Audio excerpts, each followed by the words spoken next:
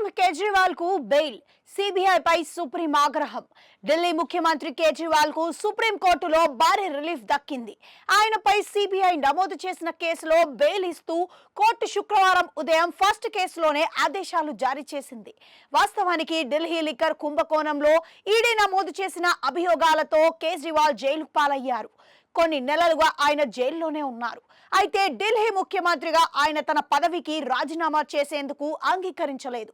ఇక ఓ విషయంలో నైతిక బాధ్యతను కోర్టు ఆయనకే అప్పగించింది. ఇక ఈడీ నమోదు చేసిన మనీ లాండరింగ్ కేసులో కేజ్రీవాల్ కు గత నెలలోనే బెయిల్ లభించింది. కానీ అప్పటికే సిబిఐ ఇదే కుంభకోణానికి సంబంధించి మరో ఎఫ్ఐఆర్ నమోదు చేసింది. ఈ కేసు ఎటూ తేలకపోవడంతో ఆయనకు బెయిల్ లభించలేదు. దీనిపై ఆయన పదే పదే బెయిల్ పిటిషన్లు సమర్పించారు. తాజాగా శుక్రవారం ఉదయం తొలి కేసుగా పరిగణించిన సుప్రీంకోర్టు దీనిపై విచారణ జరిపింది. తనపై నమోదు అయిన ఎఫ్ఐఆర్ కు కేజ్రీవాల్ సవాల్ చేశారు.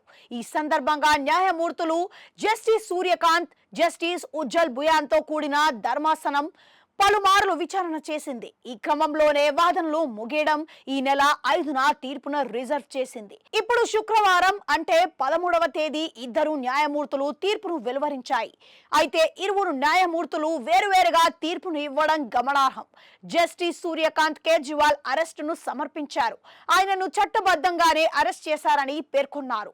అరెస్టు సమయంలో సిఆర్పిసి నిబంధనల మేరకు కేజ్రీవాల్ కు 41 నోటీసులు ఇచ్చారని జస్టిస్ తెలిపారు. ఇక మరో న్యాయమూర్తి జస్టిస్ ఉజ్జల్ బుయాన్ మాత్రం కేజ్రీవాల్ అరెస్టుపై విభేదించారు. కేజ్రీవాల్ కు బెయిల్ రాకూడదన్న ఉద్దేశంతోనే సిబిఐ ఆయనపై కేసు పెట్టిందన్న అభిప్రాయం వ్యక్తం చేశారు. 22 మాసాల పాటు సిబిఐ అసలు కేజ్రీవాల్ కు అరెస్ట్ చేయలేదు. ఈడీ పెట్టిన కేసులో ఆయనకు బెయిల్ వస్తుందన్న సంకేతాల నేపథ్యంలోనే సిబిఐ కేసు పెట్టి అరెస్ట్ చేసింది. దిగువ కోర్టు కేజ్రీవాల్ కు రెగ్యులర్ బెయిల్ ఇచ్చేందుకు సిద్ధపడిన సమయంలోనే ఇదంతా జరిగింది. 22 నెలల పాటు అరెస్ట్ అవసరం లేదన్న సిబిఐ అప్పుడే అరెస్టు చేయడం ఆశ్చర్యంగా ఉంది అని జస్టిస్ ఉజ్జల్ బుయాన్ పేర్కొన్నారు.